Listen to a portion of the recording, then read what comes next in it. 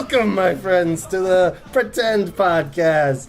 And I'm Gavin, and I'm joined Craig. by Craig. And we got, guess what? Taking it up a notch. We got our very first special guest here with us. Say hi, Ian. Hi, Ian. Hey, thanks so much for joining us. Thanks, guys, for having me. I'm really excited. Yeah, and I'm excited to be the very first guest ever. It's pretty awesome. Time ever. Yeah, and we're you guys doing good? We hanging in there? I'm good. We had I'm excited about the theme. Yeah. Ready to talk. It's not Halloween. It's real hot right now, and it's not spooky outside. It's not getting near October in any way. But it's always Halloween in my heart, and well, here's what's going on, people. I'll clue you in on this since you're part of this now. This is a horror movie episode. We all decided for this great experiment to pull Ian in, and we're all going to talk about a horror movie. Would you say your selections are your favorite horror movies? Oh yeah, absolutely. Yeah, your number one favorite Really? horror movie? Yeah. Ooh, no. really? A, no. And B, there's absolutely no way that I could pick my favorite horror Yeah. movie. I feel like, to me, genre is so important. Right When on. you guys gave me the assignment, I think Craig said that the assignment was your favorite 80s horror movie. So I Right. picked one from 1974 because I wanted to break the rules. You're kind of close. All right. Yeah, no, totally. I mean, Ish. No, Yeah. not really at all. No, No. that's just not true. But Someone's yes, got to break the rules. right, Shake it up a totally. little bit. So I think for the genre that this is a part of, I think it's my favorite. Okay, cool. Yeah, I'm not a big horror movie dude in the slightest. But, there's movies I like great that. episode. Yeah, I want you guys. I'm going to be over here. No, but no, I mean, and I wouldn't say my selection is my favorite either, because there's so many ways to strip down, like, what is a horror movie. And like all our episodes, we're saying... different ways to come at this. Like, do we do campy? Do we even do something that's like just kind of messes with your mind a little bit and you think about it too long, or something that's just like a straight up horror movie? Because there's so many levels of that. So I don't know. Why don't we say what's on the table of contents, and then we'll say why we chose it and some of the pros and cons of maybe some runner ups that you might have chosen instead. You want to kick it off, Craig? What'd you choose for us I to watch? chose John Carpenter's The Thing from 1982.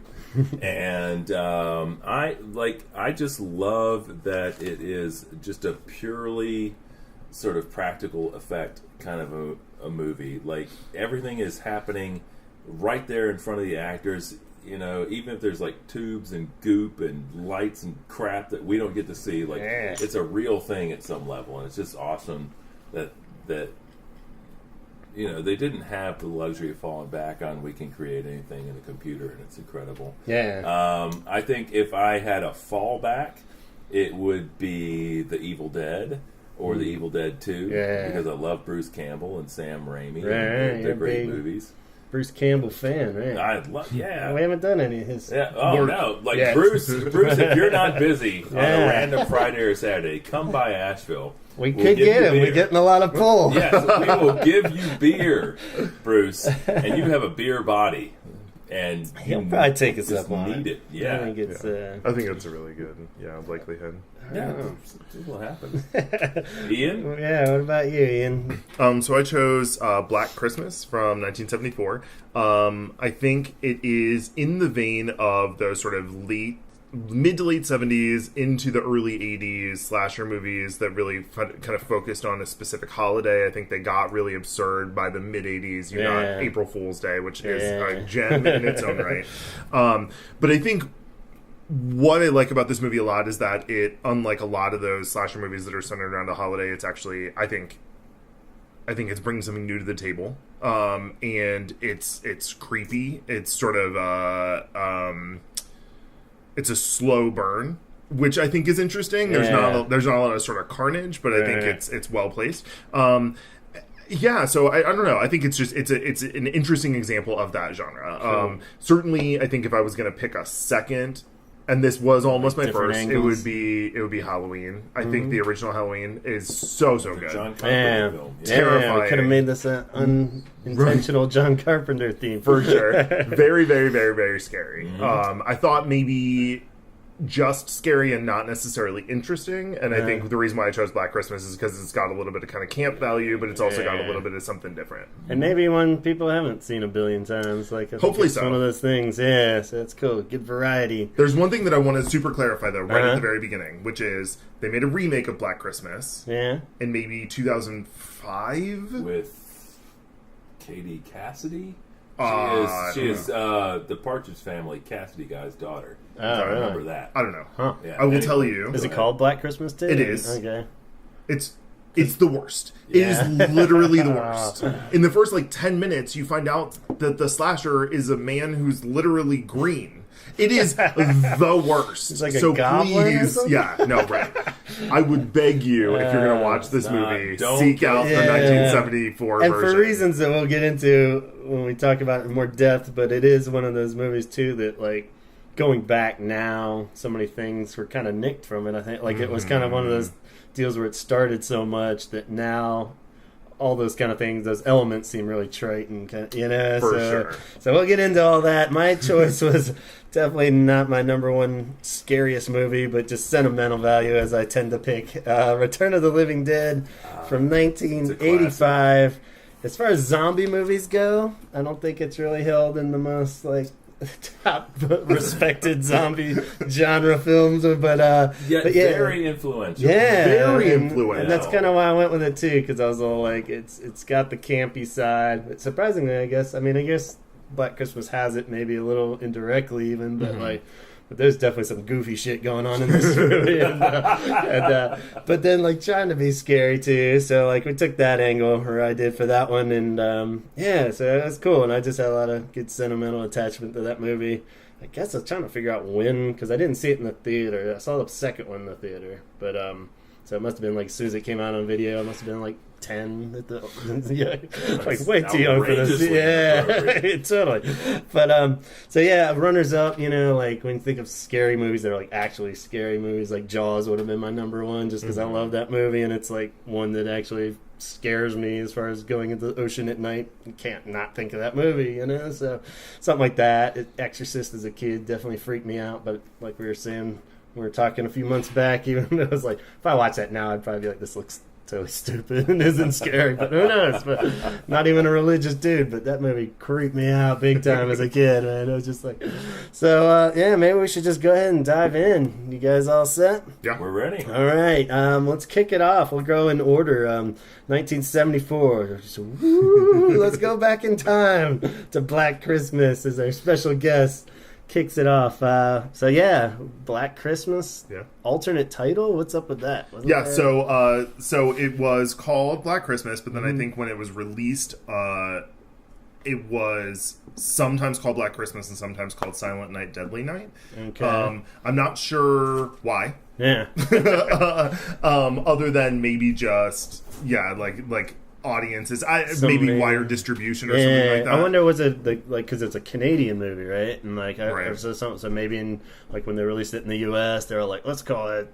Sometimes where an album will have a few extra tracks or something. Where they're Totally. in the U.S., they'll think it's too much of a Christmas movie or something. Right.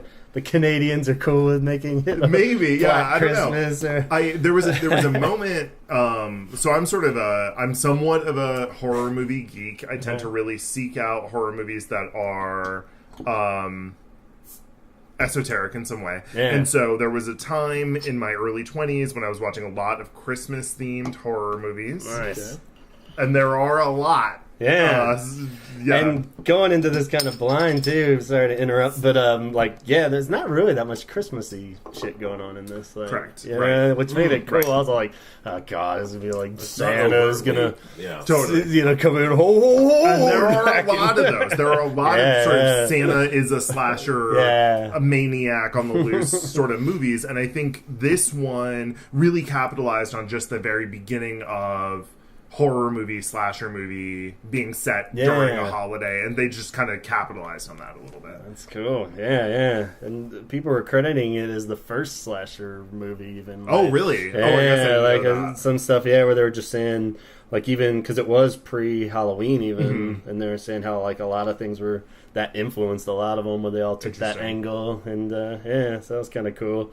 Because I guess before that, they were just like the director even was calling it. It's a psychological thriller. It's not. It's not a horror movie. It's not. And I think that's true in a sense. I think it really is like I mentioned before. I think it is a slow burn. It definitely is something where, by today's standards of sort of a slasher movie, right? Sort of. I think it goes slowly. Right. There are lots of periods of just a lot of dialogue. There's weirdly a lot of character development, which I think you don't often see in slasher movies, especially in the late 70s. Like an absence of gore. Like somebody being filleted or something. And they are they do like the creative deaths and stuff for sure, and pretty much there's a lot of deaths. Like they do pick them all off and stuff, but it doesn't really get where it's just like blood splattering all over the walls, and and they're just like slapping around in it. And totally. So So one of the things I think, to me, the thing that is scary about Black Christmas, if you choose to watch this movie alone at night with the lights off in your empty house, it's the soundtrack, or it's the sound, right? It's the turn it way the hell up, right? Because really.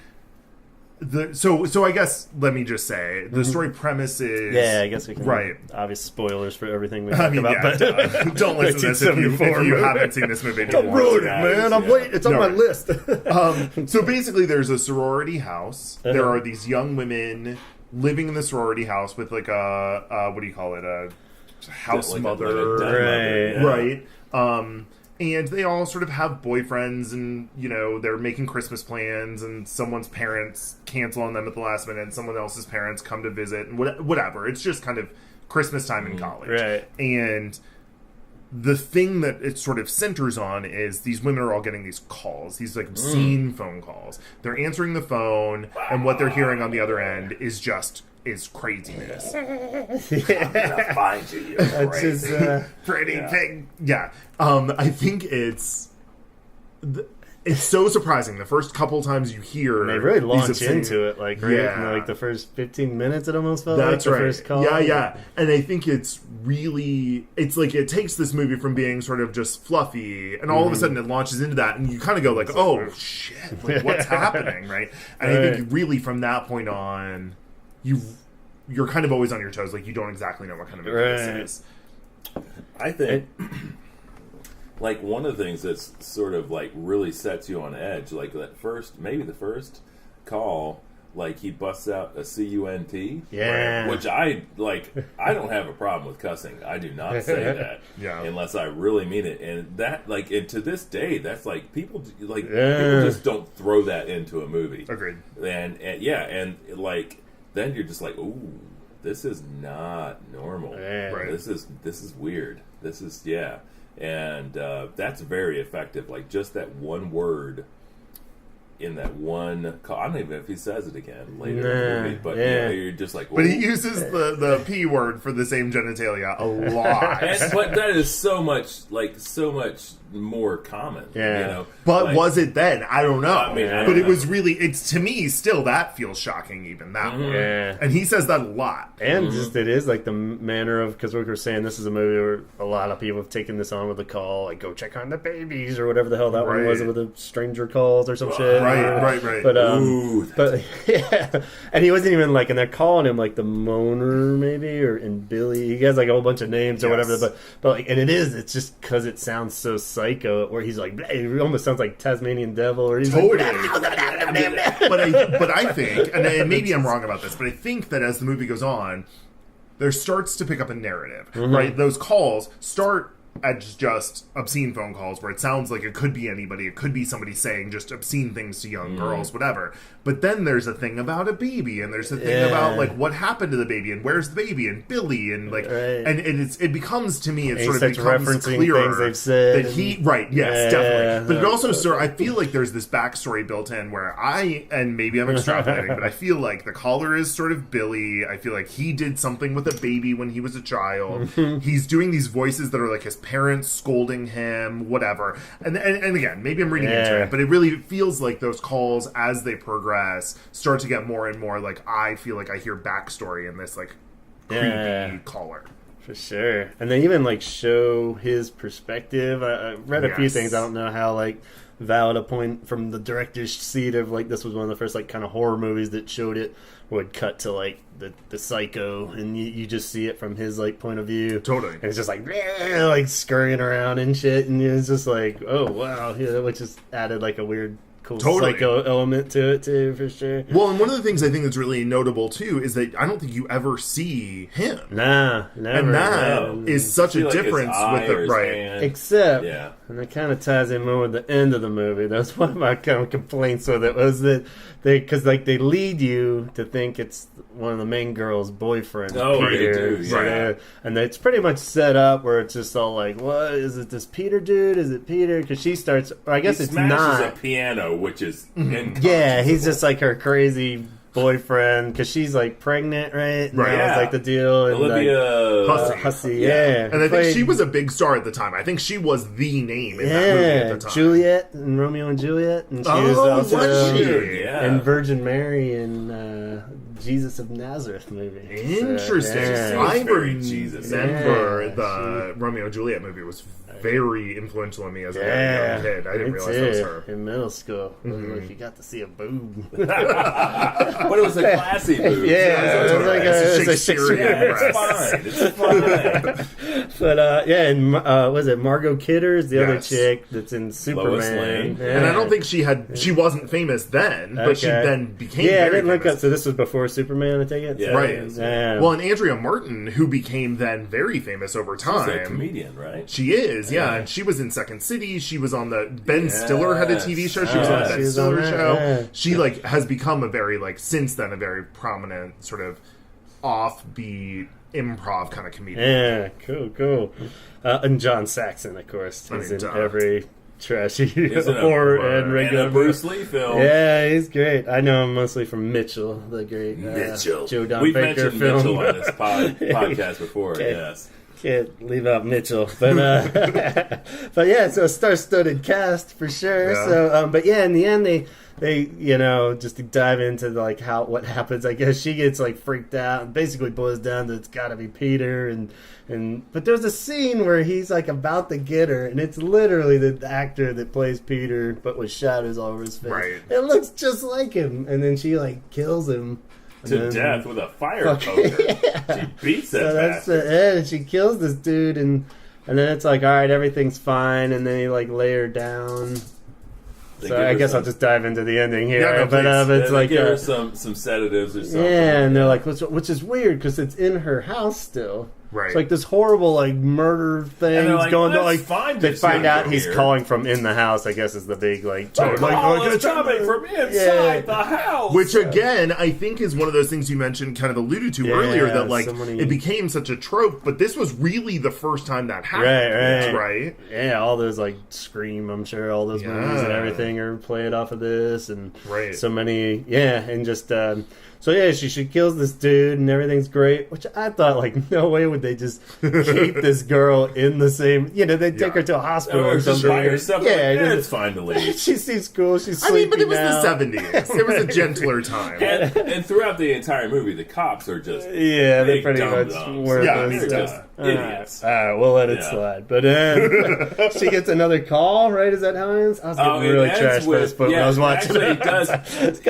Something that proves that clearly if Peter wasn't the she's dude. Sedated. All the cops are like, well, everything's fine now. Yeah. We don't know where two of the people are, but we're fine. Right. And she's sedated on the bed. They all leave. And then it sort of starts cutting through the house to each room with like bloody mattresses. Like, who would leave a sedated woman who's pregnant? It was the 70s. It was the 70s. Pregnant, murders everywhere. She's clearly in traumatized. And then like the little hatch on the attic door kind of closes, and then you kind of pan up into the attic, and there's like the den mother, who they don't know where she still is, but she's like a hook through her face, and just like the dead people everywhere. The dorky roommate that nobody likes, he's got like a plastic bag around him. He's like, I'm Billy, and then it cuts to credits as it sort of like pans out to the outside exterior, pan to exterior, whoosh, and that was the sound of things. Clearly. And then you hear the phone go. Ring. Yeah. So I want to say this. So yes, there are cheesy elements, but I think that it's not at its heart. I don't think that it's campy. I don't think that it's silly. No. I think it's actually pretty scary. Like whatever. You have to be in the right frame of mind. But the reason why I picked this is because I feel like it's a really kind of good, to me, it teeters on the edge, and maybe I'm wrong. Yeah. It teeters on the edge of like silly, whatever. But also like there's an element of it that's really kind of terrifying. That when the guy is in the fucking the room where it's all good. Okay, well, sorry guys. The room where all the telephone switches are running around trying to find the switch. I mean, there's some real kind of suspense the tension, which is similar to like the taking of Pelham 1, 2, 3, where they're like, "What the fuck is going?" We're trying to like track this down and understand what's going on. Yeah, which is like cool. that sort of the time to make it scarier. Yeah, now it'd be like, we could tell his cell phone's like in the for just sure. Like, can we just grab this asshole and get him out of here? Totally. The other thing that I think is really noteworthy is that the den mother, or the house mother, whatever, is amazing. She's just like clearly the best character in the movie, like bar none. There's a point at which she hides liquor all over the house, which awesome. I love it already. And then there's a point at which she's brushing her teeth. She can't remember where she's hidden the liquor bottle in the bathroom. And then she remembers that she hid it in the tank of the toilet. Yeah, she fishes it out, and she uses it to swish the toothpaste out of her mouth and spit it out. Wow. A, waste of booze. Yeah. B, absolutely disgusting. Yeah. Ew. And there's another point at which she's putting on her makeup. She puts lipstick on one part, like half of her top lip, and then just stops. Yeah. And then walks around for like 10 minutes. That's how I do it. Oh my god, I love it. I love it. That was like one of those things where you wondered how intentional that was, if the actress was just trashed or... Yeah. It's like, is this happening? So I looked her up, and I think she was like a big vaudeville actress. I think she was she plays a lot of broad comedy. Right, but I think she plays it really well. So, okay. Huh. Yeah, I didn't jot her name down. I don't know. God bless her. God bless Marissa McCrae. Yes. No, you're totally right. Yeah, good job. Yeah, there you go. It's all done. Awesome. Cool. Yeah, and I think just that element of like nobody had done this before, at least not as much, to the point where so watching it with that idea in mind, it's like, there's a lot of some deeper, scarier stuff going on here. I think the parts that they really captured well were like when you are like in your house alone at night and you heard something weird and you're like, well, I got to go check on it. Yeah. And you're walking through your own rooms with your own stuff and there's nothing in there. Like that creepy sort of like a blanket over your back of something is here. Yes. Sort of impending doom. Like Totally. they do, like the best parts of the movie are that. Yeah. Where someone's like walking through their own home and they're just like, what? There's something here. I know there's something, but there might not be. Right. But there is. You know, that's the best part of it. And for some reason, I felt like nobody was like safe in the sense of like I wasn't quite clear if that Jess was the main star initially. I assumed that Margot Kidder would survive, and then she gets stabbed to death by a unicorn fucking head. unicorn Totally. So I didn't see that coming. I was like, I guess the other chick's the main star now. Well, and I think that was another thing that felt a little bit like revolutionary. Like they didn't start with the hero and end with the hero.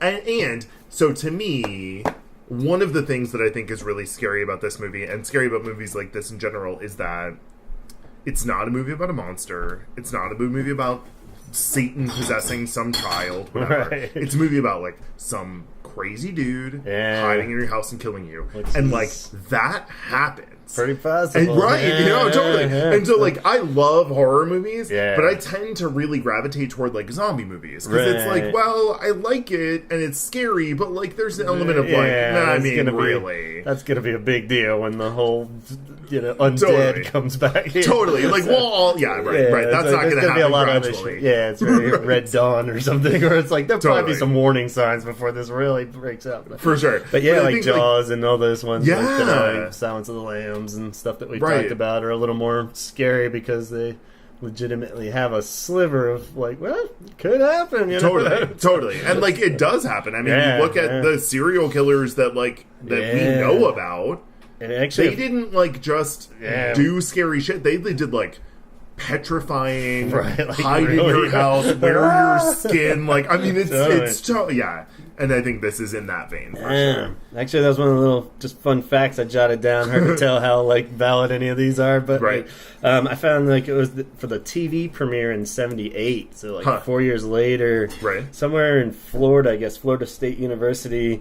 There were sorority murders that actually happened. I grew up in Florida, and I know exactly really? about those. Yes, that was a huge deal there. Shit, yeah, and like, but yeah, the funny side note too is like it just happened to be around that moment, and like it was going to premiere on NBC, and they were all like, "Yeah, maybe we shouldn't." So they offered it. I don't know if they went with it or not. But then the funny, weird side note is they offered. NBC was like, "You guys might not want to show this as your Sunday night movie or whatever." They offered him Doc Savage, the Man of Bronze. Totally. Man.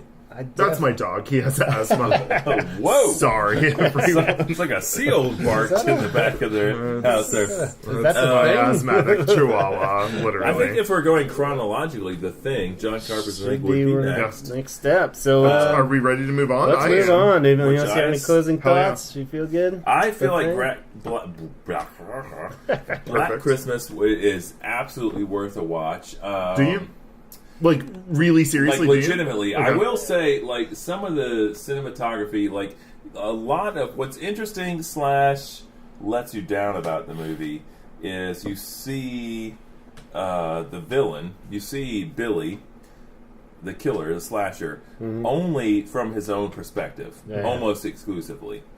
And like And the those, shadowy Peter. yeah, shadowy Peter. Everybody loves the shadowy Peter. I know I do. His eye. Yeah, It was he's like like, his eye. It's like But like those sort of like herky jerky, like some of them just sort of play off as like really bad cinematography. Yeah. You know, they like they don't so much stand up. But like they ultimately sort of it ultimately pays off because you get to that point where you like the movie ends and they don't tie it up in a bow. Like they Yeah. don't Yes. say, "Oh, it's this guy and this thing happened to him." And I think that's one of the major faults about the remake is like they give you all these details, like do he was they? raped by his mother and he's got a half sister who's his daughter, and like I don't need that, like because the more you know about that guy, the less interesting and less scary it is. Fully agreed, and that's Yeah. what's so scary to me about it. I Yeah. mean, I say so scary. but yeah. Let me be clear, this movie is not so scary. But the scary element of it is who is he and what is he doing? Right. We don't even know he's a he, technically. Yeah, I know. Could don't just know be an anything. eyeball. Billy could be like And a Billie man Holiday. hand. Yeah, totally. Could be anything. Could be a going lady on. with really masculine hands Just and doodly faces. hands. Yeah. Yeah. And I guess the Doodly. voice, but you know. Yeah. Yeah. Never know. Yeah, I enjoyed watching it too. I definitely had my Yeah. doubts. I was like, but I know. I was in there. I was I like, mean, 1974 is a great year. yeah. So Black Christmas. I don't know. me being born. Like, is this that Tyler Perry movie? I know. Oh just- no.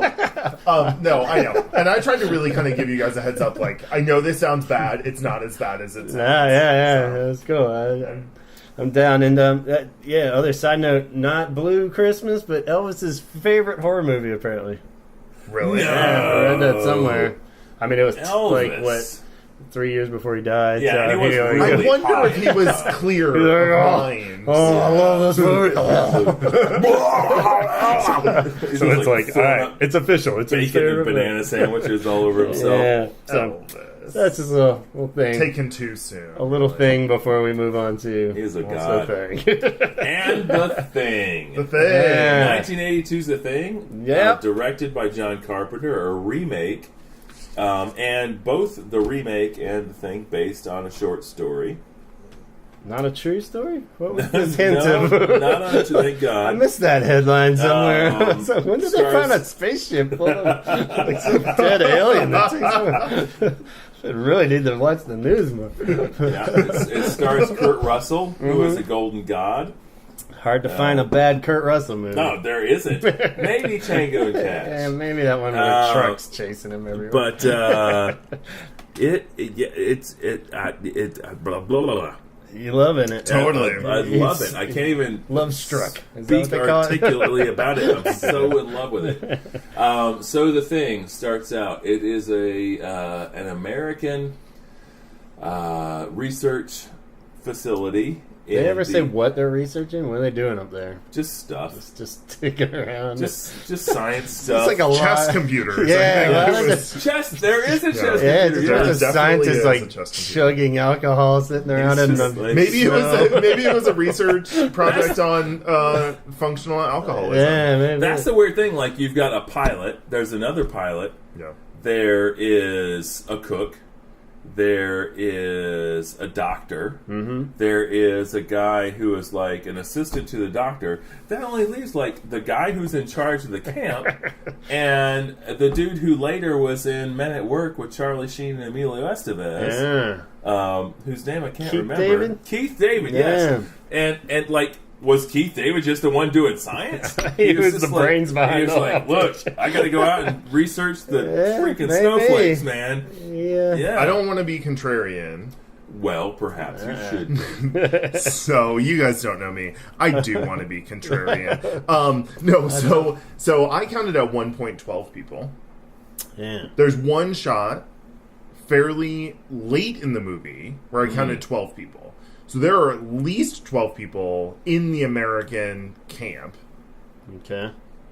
I'm just going to say. Oh, Windows is the radio operator. Yo, you want to hear them all? Is that what you're saying? Oh, yeah. No. I'm not asking for A rundown. Yeah, no. And- I'm just more clarifying that there were definitely there some people really- who Oh, did some Well, people cite could be people. scientists. Okay, yeah, Right. yeah. At least. Oh, Wilford Brimley. He was like the. Oh, Wilford Brimley was he is it? clearly the brains. He had that. That was one of my notes. It was like he figured Or it at out least like the balls. early. Like as He soon as was they like, brought I that. gotta destroy everything. Yeah, I'll bring him Check up your later. But blood I want to like sugar. jump out of Fuck. I time kind on. of feel like He- I would love one day for someone to refer to me as the brains and the balls. the I brains. feel and like the that's really Yeah. that's as He was good as the it brains gets. and the balls And of this especially unit. when Kurt Russell's around, you know, he's not the brains Totally. of the balls, you know. No. Right. So let me just get out of the way super early on. Yeah. Mm-hmm. I absolutely hate Kurt Russell. I hate him. I Wow. hate him. I hate him. I hate him. I hate him. I hate him. I hate him. I hate him. Wow. I hate him. Huh. Well, I will turning say green that over I here. love you, Ian, Great. but I Thank don't you. like that opinion. That's fine. I don't So care for it. What I is there to feel hate like- about it? What is it? His luscious So here's mullet? the thing. Is it the mullet? I love Liza Minnelli, and I hate Kurt Russell, and I think those are things that we're just never going to see eye to eye on, and that's okay. That's probably true. Yeah, because actually. Liza You're not Minnelli to wrong. me is the Kurt Russell of Minnelli's. she's the Kurt Russell of the world. Here's a question. Whoa. Would the thing have been better if Liza Minnelli had been Kurt Russell's 100%. is Liza Minnelli. That would have Clearly, yes. We gotta destroy. And if Wilford monster. Brimley's character had been played by Barbara Streisand, all the better. Well, actually, yeah, that's a weird thing. There's no females in this whole movie. So weird. Let me know when you're ready for my theory about the no female about the thing? yeah. You ready? Let me just I'm bring ready. this shit We up. Kind of did. Yeah, we go did the for rundown I'm of the gonna males. drop a damn bomb. All right, there we go. The Thing is a metaphor for the AIDS crisis. Whoa. Here's okay. So I didn't come up with this out of the whole cloth. I was Okay. listening to the commentary today. Okay. And so side note, I mentioned this to you guys, but I want to make it clear for the record that I did a lot of research on your two movies. Uh-huh. I didn't even finish my own movie because I lent it out to you, and I mean, you've I seen it. saw it Yeah. in the early 2000s, maybe the late 90s. So Right on. Yeah, I have yeah, more it's usually how it research goes. on yours It's like, yeah. than I do on my own. So I was listening to the commentary. They were talking about how this movie was basically shot in 1981, Uh-huh. and that was basically the first time that AIDS like had a name. Yeah. Right. All men. Nobody knows who's infected. all of these men are in like this essentially pressure cooker where they're all sort of in this environment. They're incredibly intimate with each other. Nobody knows who's infected and who's not unless they take this blood test, which is, I mean, it really almost on every level becomes this like extended metaphor for AIDS. So I'm listening to the commentary with Kurt Russell, and John Carpenter, and basically they were saying, this was not intentional, but a lot of people have drawn this conclusion. So they bring it up. Yeah, for sure. And so it's this sort of like, as it goes on, it becomes more and more claustrophobic. It becomes more and more, who can you trust, who can you not trust? Who can you be sort of close with and who can you not? And then they have this like this blood test that sort of like outs who is and is not infected or whatever. And I think and I don't want to get all deep, but I really think, like, as a gay man, which, hello, I think, like, that really, to me, feels like whether or not this movie was intentionally made in that way, there's so many parallels that it had to be subconscious in some respect. Maybe. Wow. Because, I mean, I guess based on it being a remake, though, too, but more just that perspective they took with it, and the blood test and everything. I wonder how much of that did any of that carry over from the first one? Do you remember? No, the first one is not a very. I think that the short story that it's based on might be called "Who Goes There," and it's about not knowing who you can trust. Mm-hmm. And the first movie really is not particularly true to that. There's sort of like a robotic alien sort of thing, and this movie really is sort of, I mean, maybe sort of beat you over the head of, and I would not have made that connection. But like, who can I trust? Who can I, put my faith in? Who can I, depend on? And the answer is no one in this movie. Like, I cannot.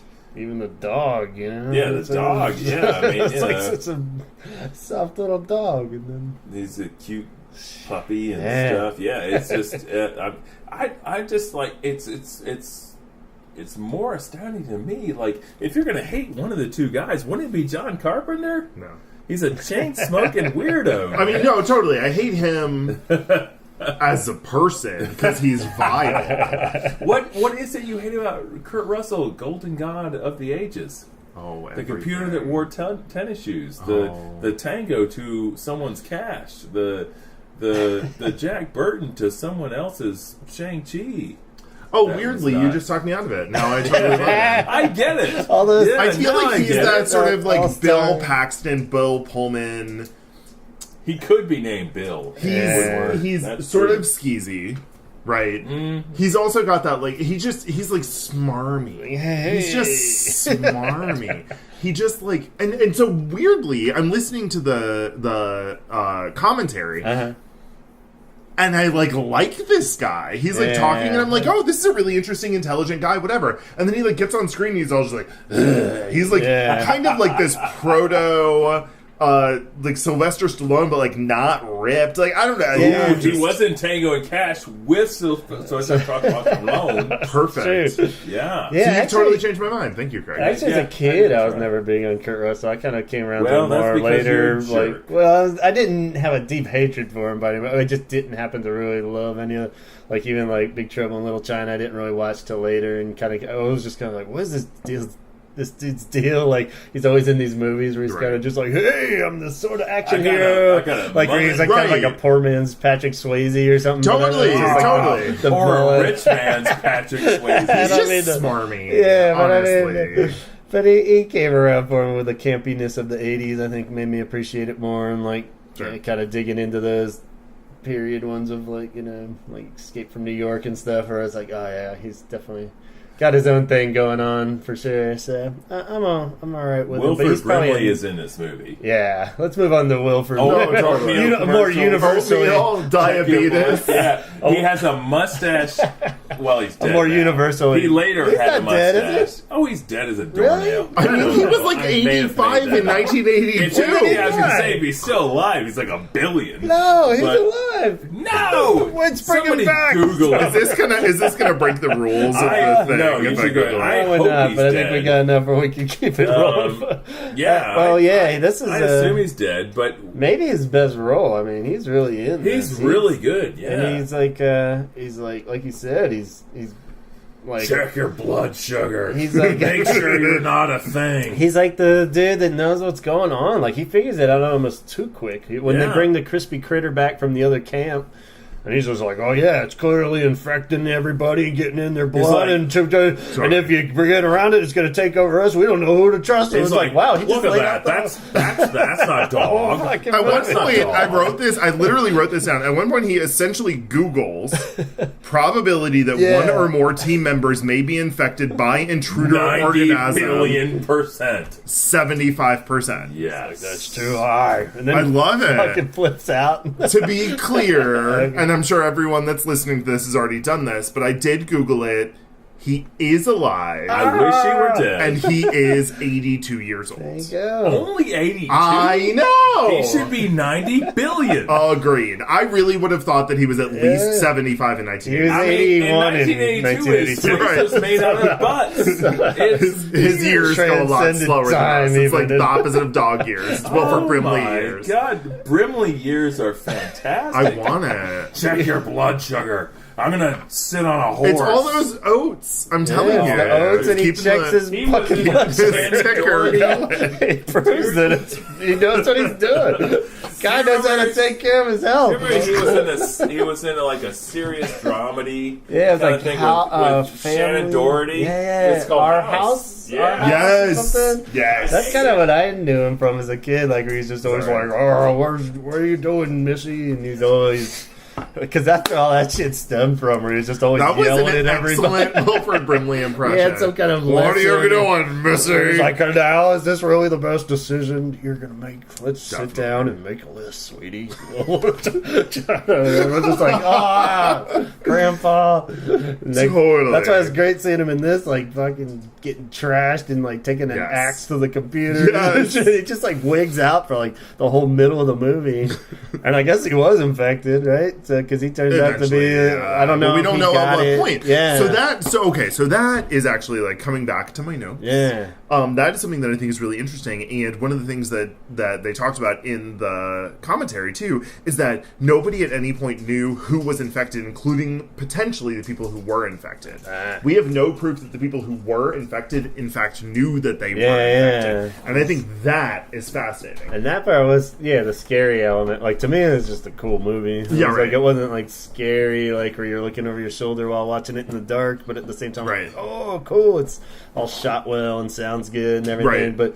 But, yeah, that's the cool part is they don't tell you, like, if they know and they're just hiding it. Is Yeah. it the alien, or maybe there's some part of your conscious brain that still's functioning, Right. or you don't know either. Right, and right. So you don't really know. And we don't especially- even know, especially, we don't know if they become clones. Yeah. Like, does the alien eat you, or does the Right. alien just infect you and you become the Yeah. alien from inside? Because Or you like, see a little of all, like the one dude that comes out with like the hands. Yes. Like early on, he's like, But well, was clearly the he's torture. They don't like the question hesitate is at like, all, was dude. the original guy, was that guy still in there, or was that Yeah. guy Was like he so long absorbed, or was gone? he literally like Or- a second person? Or is he Yeah. absorbed and he believes himself to be himself That's until the right. thing has to defend itself? Yeah. Yes, and I think during 'Cause I the don't during think- the blood test, there's a moment where The guys- they test the thing, like jumps out of the blood petri dish, Yeah. whatever, and immediately the guy who Gets tests in. positive then freaks the fuck out. Yeah. But until that moment,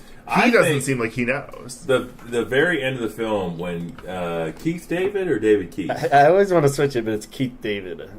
Keith David Don't and, have two first names as Yeah, a seriously, last name. come on, man. If you have that, then you're a bad person. Yeah. and Just so and you know. Help your Russell, career, man. like they end up they're essentially burning the camp down to the ground. Yeah. There's no one else left. Piece by piece. Right. And you're just left with like two guys who are going to die Right. in the snow, and they're just like, it's similar actually to Black Christmas. Yeah, another Right. Where it's ending just where like- it's all like not a. Right. And there's a lot of like people. I just kind of,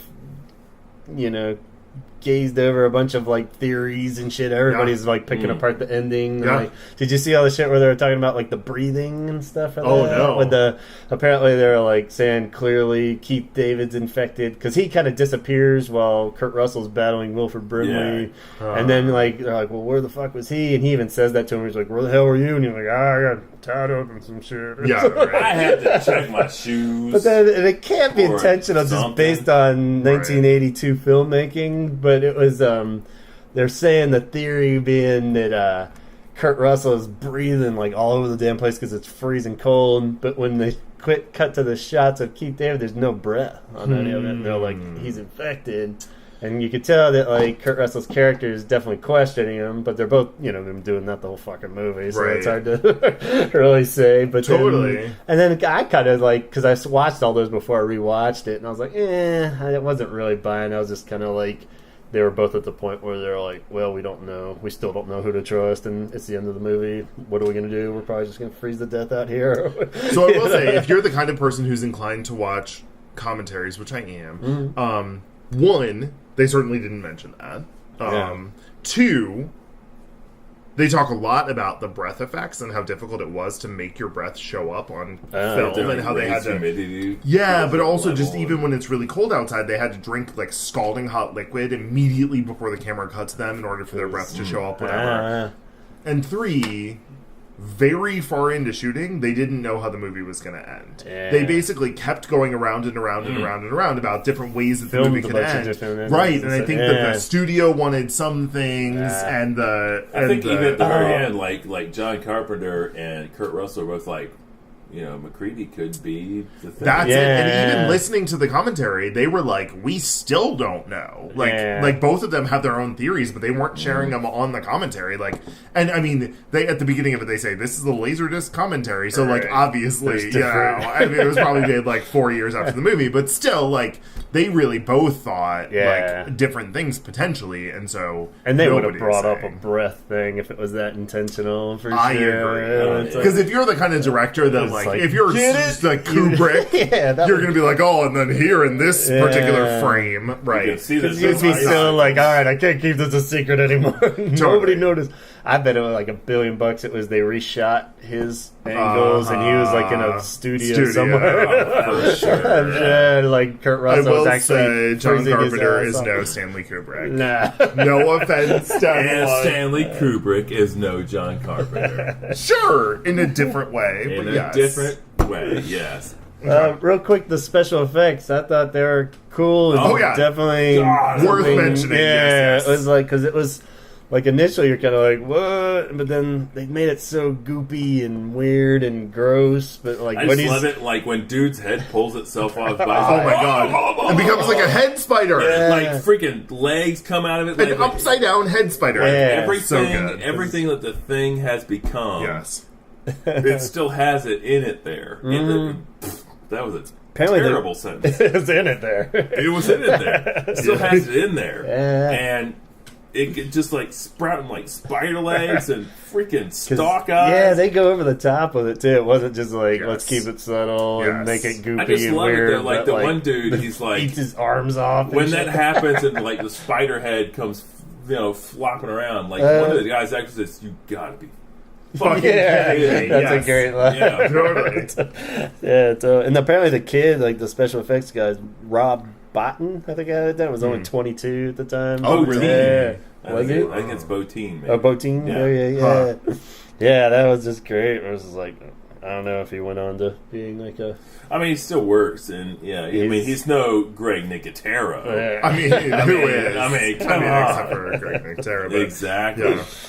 yeah. So one of the other things that I wrote down about this, and I feel like I'm glossing over my notes here, but that's- one of the things that I think was really interesting too was that the color palette of the entire movie was essentially gray, blue, black, white, and brown. Like, that's it. There were essentially no colors in the entire movie. There were very few moments where there was a little bit of blood, but otherwise, it was essentially all, like, whites and blacks and browns. And one of the things that John Carpenter said in the documentary is they were trying as hard as they could to make a black and white movie in color. Wow. And I think that's amazing. I think that's so interesting. Yeah, I think anytime where you just paint like such a mood without even, you know, like with the atmosphere and the tones are so like huge. It's like I just being a music nerd, I consider it like the album cover, like when you can feel the album cover in the music kind of deal, you know, or just like for some reason, like just watching that movie, it was just like before anything even happens, you know, the kind of mood and what the hell's gonna, you know, the tone of it is so weird.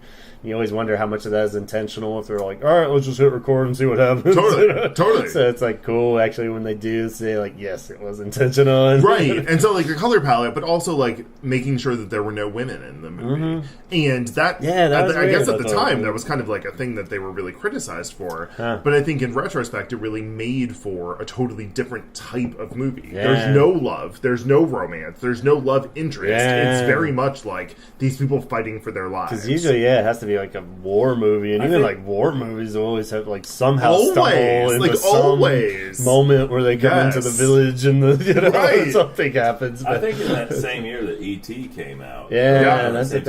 And like so you've got lovable, cute puppet alien versus like rip your face off, eat your guts, puppet alien, dog face, like insanity. Yeah, apparently E.T. and Blade Runner came around right around it, and a lot of people were crediting that's why it kind of flopped box office wise, didn't do very well, like became a big cult favorite obviously later, but apparently it didn't do very good. The box office were like fucking E.T. and Blade Runner. Totally. Which, if you do see like both perspectives, like you're saying, the lovable alien, and then like Blade Runner's more like Star Warsy future kind of thing. Totally, but really beautiful. And I think E.T. was really sort of innovative, and Blade Runner was really like just beautiful. Yeah. And this was kind of like a little bit lost. It really was like a war movie, really. I mean, it's like a just dude stuck in the. Totally. And I remember Craig said when we were first talking about this, like, does this even count as a horror movie? And I think in like a sense it does, but in a sense it really kind of doesn't, because it really is sci-fi and sort of moody. I had totally forgotten claustrophobic sort of. Yes. Claustrophobia is a thing that I wrote down several times in my notes. I'd forgotten they'd actually found the spaceship in it, and it opens with the spaceship flying in. Which I kind of love. Apparently that was something from the original too, where at the very beginning of the movie is that. Yeah, that's how they didn't. It's one of the few movies that Universal Studios put out that don't have the globe spinning, because they were so set on, probably because of the old one, I guess, of having the UFO be the first shot, that it would just be confusing. Right. That if there's like a planet Earth, and then the spaceship, did like the tossing the idea and around. essentially, I think in Mars Attacks, maybe, wasn't something it? Like that, where it was like the planet, and then you see the thing land on that same planet. Yeah, and they said they actually debated like incorporating it in, where it would fly into the kind of like Indian. It was like Temple of Doom, where they that's very zoom quaint. into the like somebody somewhere was like, I don't know if people will get it. Like, just tell your story. Yeah, that sounds like a now. Whatever you need to at the beginning. That's like a modern day problem. Like, I don't know, people are kind of dumb. They might not. Totally. I mean, you're not wrong. No, sure. Yeah. So one of the other things, the last thing that I sort of have as my notes for this is that there's rarely a movie that I see where there's a moment where it's like, oh shit.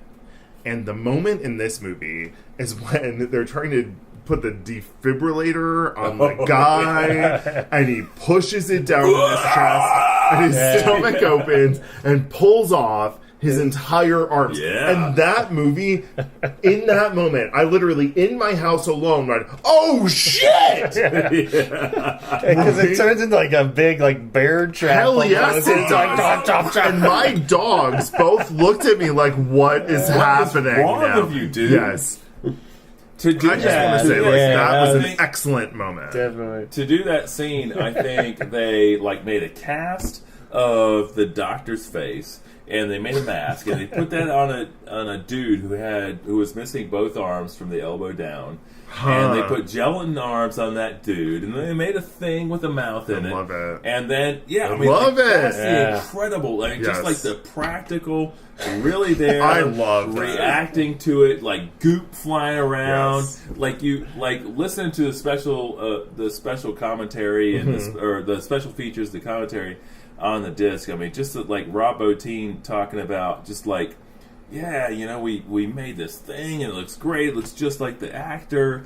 And then the fucking shit splits open and the arms go into it and shit flies off. But then we gotta like set it on fire because it's fire. Yes. And it's like, it didn't occur to me that all the shit I used to make this thing was flammable. And it's like just all over the place. It's oh my god, it's just. And I'm sure that's still got to happen on so many levels, but there's probably so many like nowadays everyone's figured out every little thing. And like, I just love the idea of like so many people just standing around a table going.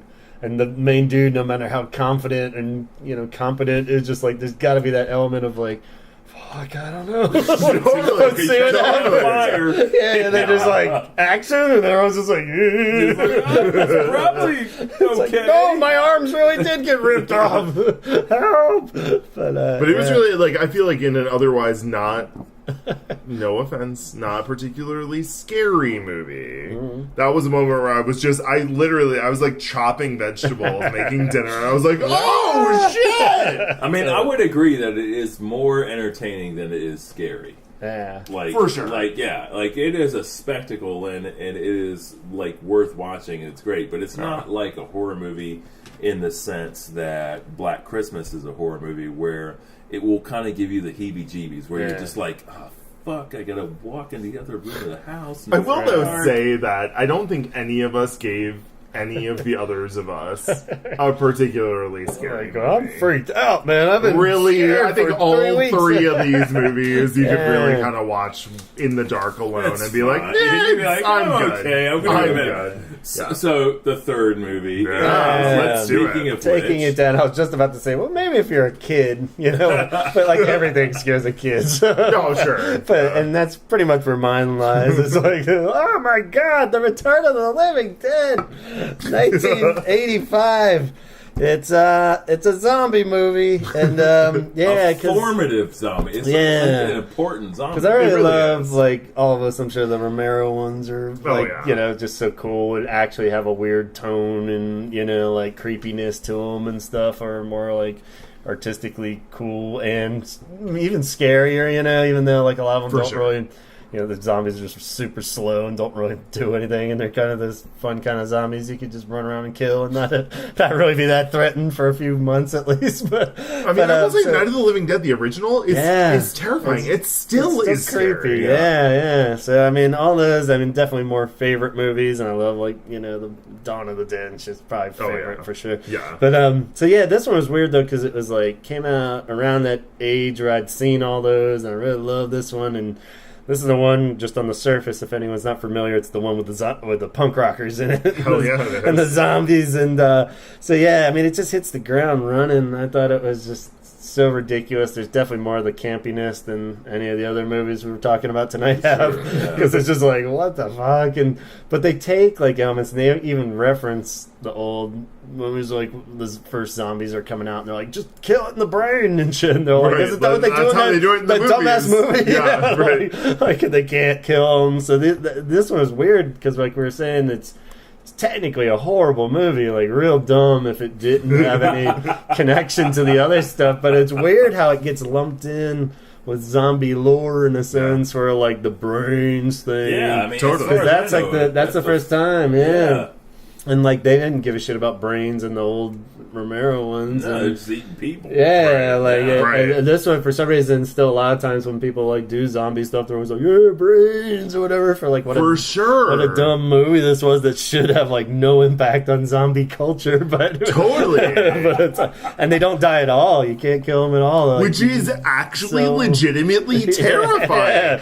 Like if there's anything about this movie that's scary, I think that is the thing where it's like you can't kill these zombies. Yeah. And the more you try to kill them, the more infectious the whole thing becomes, which is terrifying. Pieces crawling backwards. Yeah, which kind of goes into it's definitely more of an infected kind of thing, like thing in that sense, where it's like the dipshits at the quick rundown is this guy gets a job at this whatever the hell that facility is. I still don't. It's really know. a medical device. Yes, seems like some shit we'd get a job at. Like split dogs. They sell like medical equipment warehouse or whatever. Yeah, and they even played up where it was like, those actual old zombie movies were based on this real thing. The real thing happened in Pittsburgh, man. Yeah. Crazy. And they got the bodies down in these army tankers in the basement, and they show it to him, but then he cooks it for whatever the hell reason.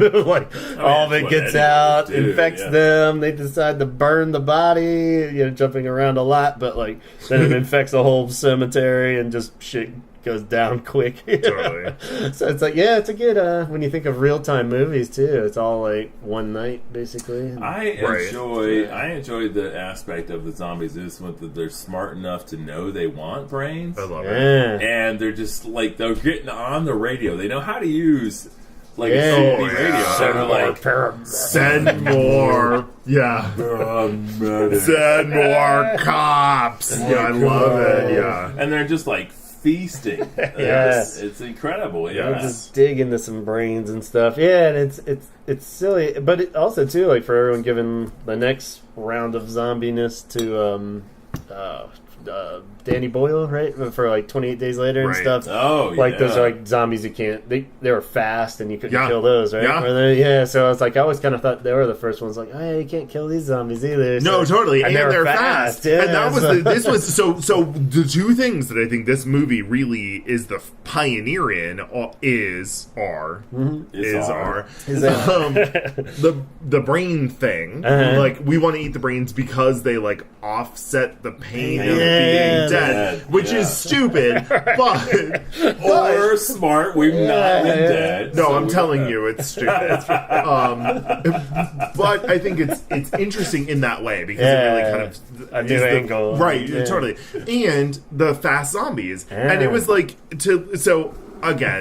total nerd. Listen to the commentary. Nice. But the director was essentially we just thought they would be fun if they were fast. Yeah. And the studio was no, they have to lumber like Frankenstein. And we were but why? And I think I think there's a reason to say, zombies should go slowly because of rigor mortis or whatever, I guess. But that only lasts a couple days, and then after that, who's to say? And if you just turn too, then you're totally a good person. In this movie, there's literally, which is a stretch, but there's literally skeletons with eyeballs but no muscle tissue. Insanity. And so if they have no muscle tissue, then what's propelling them? Yeah, there's a lot of... Well, whatever it is, it's not affected by rigor mortis, and so therefore they can be as fast as they fucking want to be. And how's a skeleton gonna punch out of 6 feet of dirt to come out of the graves and shit? There's a lot of suspended reality. Totally. But that's kind of... Or believability. Yeah. And my initial was on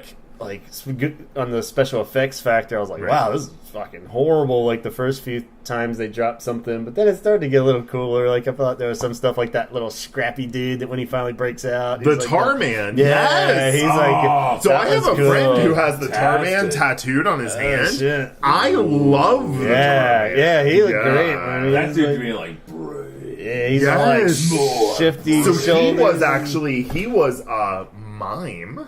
He was trained as a mime, the actor, and he was so skinny that they put the costume, all that prosthetic makeup on top of him, and he still looks like a skeleton. Wow, right? Yeah, he is really interesting. Yeah, totally, totally. Yeah, he looked good. And the dead guy who's hung by his head, which I think is fascinating, and he's all yellow, which seems weird. Yeah, he jumps out. But then to hear the director talk about it, he's I saw a book of cadavers, and they were all yellow because that's what happens when you actually die. And so I was that seems, yeah, that's good shit. And the weird level of acting too, between, in particular, was it Frank and Ernie, the two main dudes? Frank, I guess it is the guy that works there. Oh no, Ernie, I think is the mortician dude.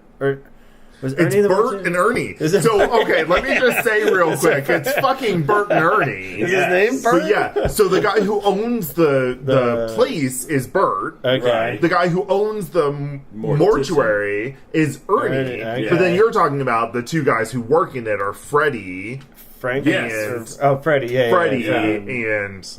Maybe Frank? I've heard that Frank. It might be something, Frank. but Yeah, no, I think it's Frank and Freddie. Freddie is, again, The punk- I'm just going to say, hot as He shit. sort of looks like Michael Dudikoff. Jesus Christ. Yeah, he does look what like is Michael happening? He's Dudikoff. not, but American he looks is like a- So hot. So there's a thing that you do when you're a gay man, which is when you see somebody in a movie and you think he's hot, you Google his name plus shirtless, and I did. I mean, sorry, it happens. I hate that you, as straight men, probably don't get as much of a reward from that as you do. I mean, as I would not mind seeing Freddie shirtless, though. I mean, it's probably a super good hot. I would recommend it. How did it People at work home. out? Did he have a catalog of... I mean, he's a killer. He has a killer body, but like it's clear. Is it out there, though? Does he have a lot of shirtless No, hits? there's only a couple. He never worked again after This this is movie. shocking, but he didn't do a lot. He killed it in Like, this movie. He weirdly, should have... his he was acting like- didn't carry him He was through. when he didn't get an Academy Award. He was like, you know what? Fuck this. I'm going back to library school. Yeah. He really wanted to be a Because his librarian. co-star I got love all the acting libraries awards. and Apparently, school. what was? Totally. Did we ever figure out what the hell is he? No. Frank? I don't know. What are the? I think it's No, Frank. is anybody Frank in this movie? No, I think the the guy in his boss. who's you've also you've probably really also seen in other things. Yeah.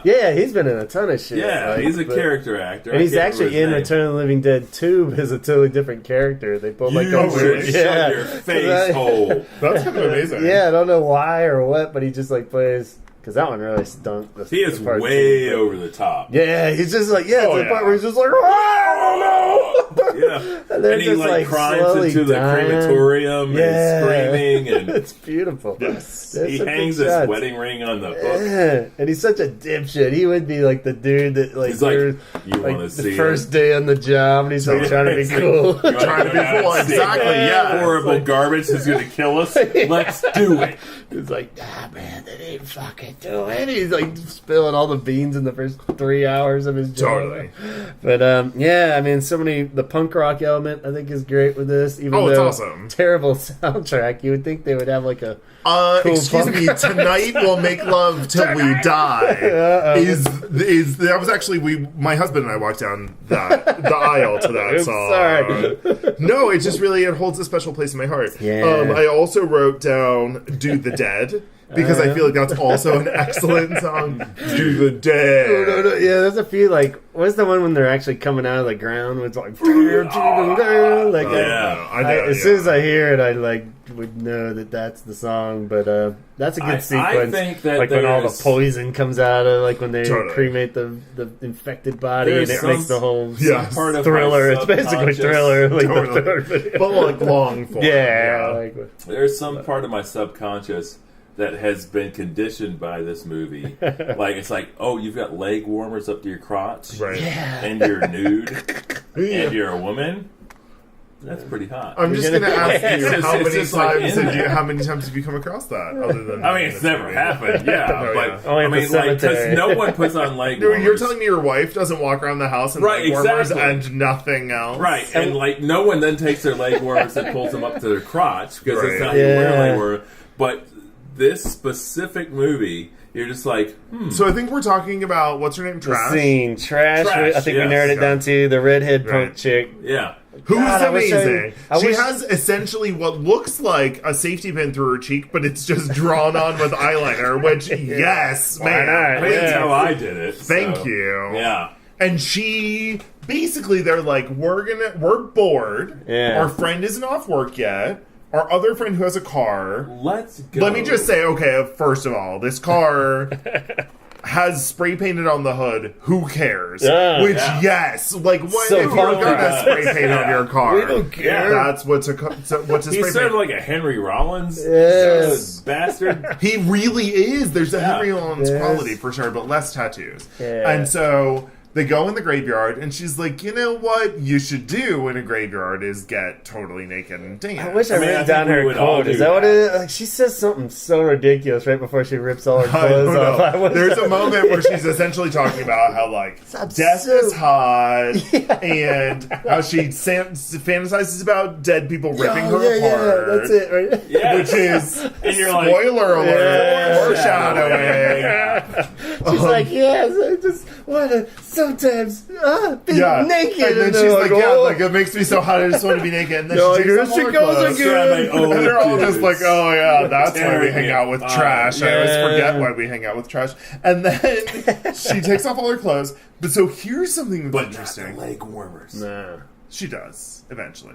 So what's interesting about this, though, is that apparently, I guess someone from the studio came in at one point, saw her dancing around naked, and was like, that won't fly. She has to have a prosthetic vagina. Do you know about this? Nah, and so they made her wear, like, gender neuter vagina prosthetic. Strangely, you caught my eye. I was kind of like, what's going on? So you can't see anything there. So it's like a Barbie, like a Marilyn Manson thing going on. Yes, and so she does. And so for the whole movie, she's running around because, again, spoiler alert. Sorry, most of the movie that she's in, she's running around bottomless. At one point, she puts a top on, but she's still completely bottomless. But anytime you see her from the front, she looks like a fucking Barbie doll. Yeah. And that was like studio mandated. Wow. Yes. That's weird. I will say, even if you don't want to watch this movie, I would recommend that you get a copy of this movie and just watch her commentary because it's so interesting. So the director essentially never worked again. So he came from Alien. He worked on Alien, famously. Yeah, I think he was like the director of photography. No. I think he was like very high up at Alien, and was like, now that I've got some cachet, I really want to make this movie. I want to make this weird punk rock. Yes. And so the whole thing, I don't know if this is like a gay specific thing, but I have known a lot of like older, typically gay men who their entire personality is bitching about how they were robbed in their youth. I don't know if that's a thing that you've come across. But so essentially the entire commentary is just him going, well, if I would have had the budget I wanted, if I would have had the cast I wanted, if they would have let me do what I wanted, whatever. And so it's like, it's to the point where like, even my husband, who was just kind of walking in and out of the room, was like, well, I guess he didn't get the budget he wanted.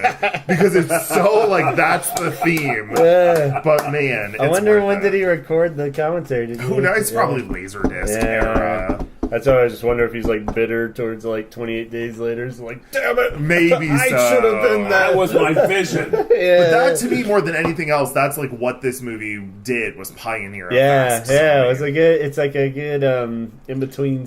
You know, like you can't get there without having this piece of crap. You know, it's like it's a fun whatever movie, but like, you can't take the zombies to the next level from there because everybody would just have them as Frankenstein zombies, you know? Totally. So one of the things I got from the commentary that I thought was really worth noting is that Freddy, who's the like young main character, is wearing a jacket, and the jacket is embroidered on the back with the words "fuck you." But apparently they made a television version, and when they filmed the scenes for the television version, he had to change out to a jacket that instead of saying "fuck you," they had embroidered "television version" on the back of his jacket, which I think is amazing because that is the biggest "fuck you" of all. To say television while they were making the movie. They were filming like subsequent scenes where they filmed it as the television version. Awesome. And his jacket said "television." Oh, that'd be a great band name, Television Version. Totally. Damn.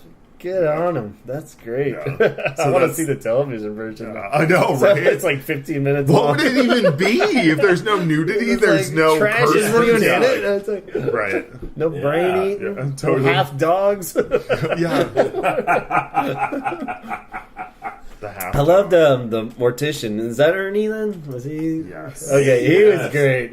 He was later in A Weekend at Bernie's as the assassin. Okay, I saw he was in that. Like he looked so familiar, but I looked at his list and I really like, oh yeah. He's a Like golden that whole guy. weird pant thing was like really. He cuts his Oh, they pants. There's like Rip a it 30, and then- like a 45-second scene where he just Yeah. cuts off his pants and they all just stop and watch him. It was like so significant. Yeah, it's like a James Dean thing or something. Maybe he's just I like, love fuck it. it, I'm improvising. Yes, they're I think just it's exactly like, that. damn, this Totally. guy's good. You know? Totally. So, Gavin and Craig, I'm sorry to hijack your podcast with all of my gayness, but Yeah. I'm going to tell you, this hear it. is the gayest character I've ever seen. He No. yes.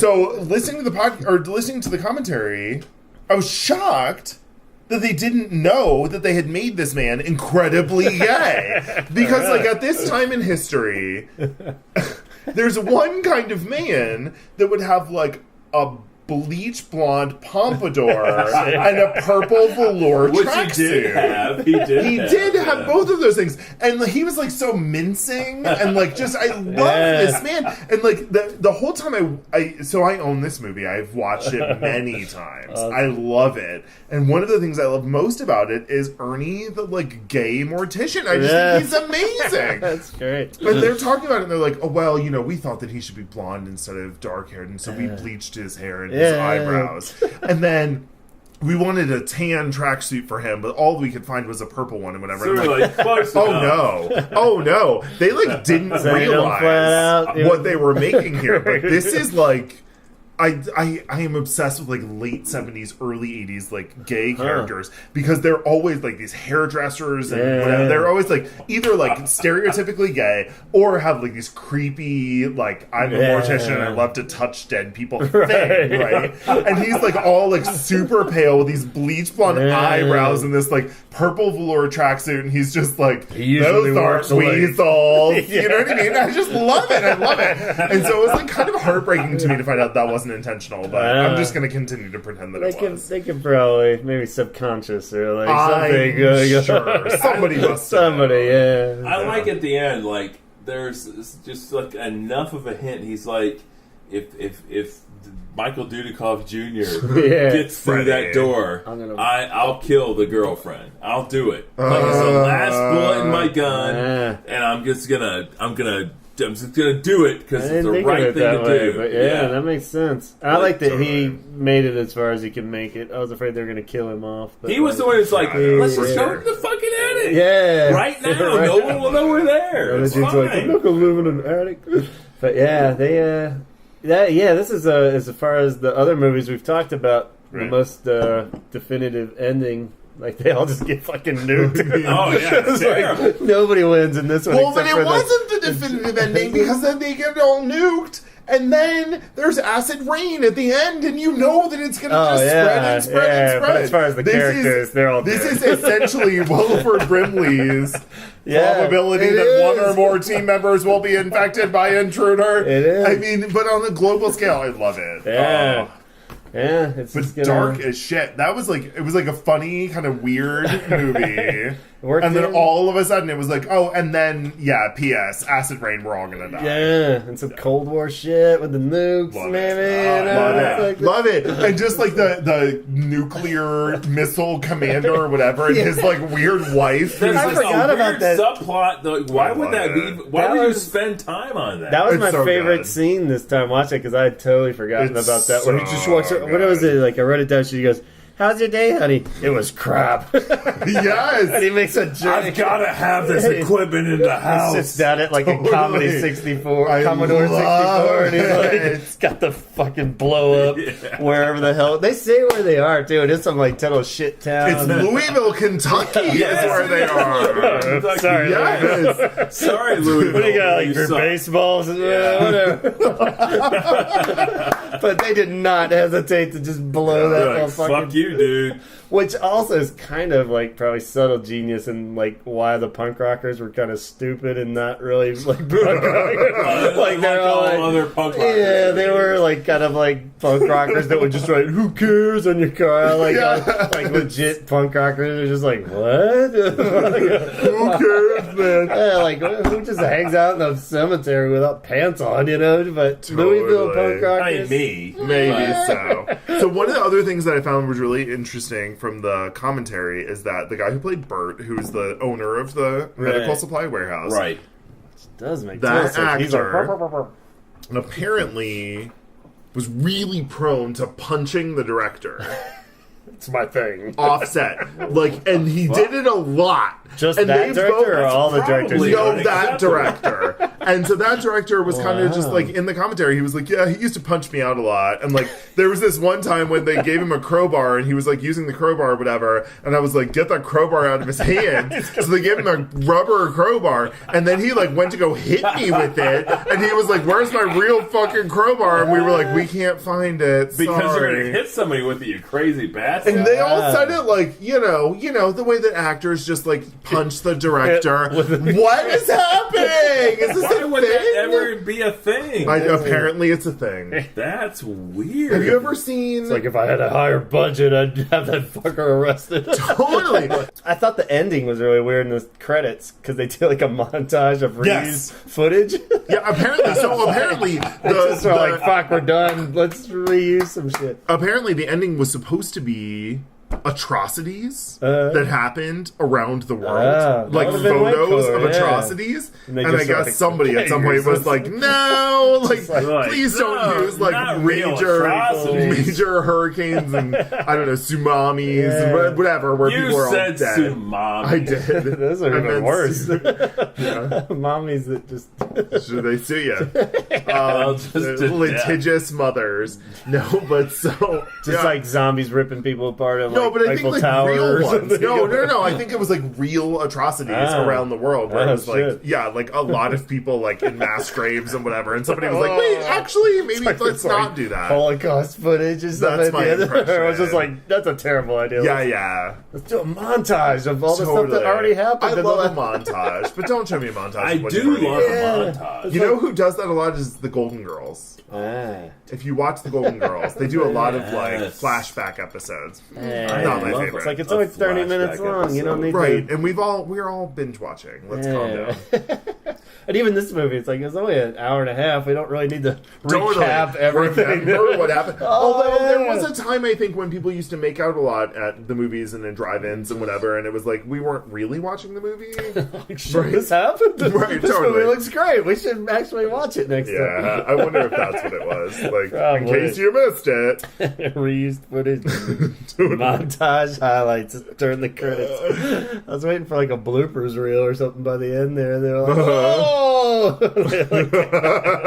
but that's about all I got. I think that we've all been spooked properly. Yes. I hope all By of you, these creepy films. you good listeners, go out and watch all three of these movies. Any final thoughts on the horrors in general?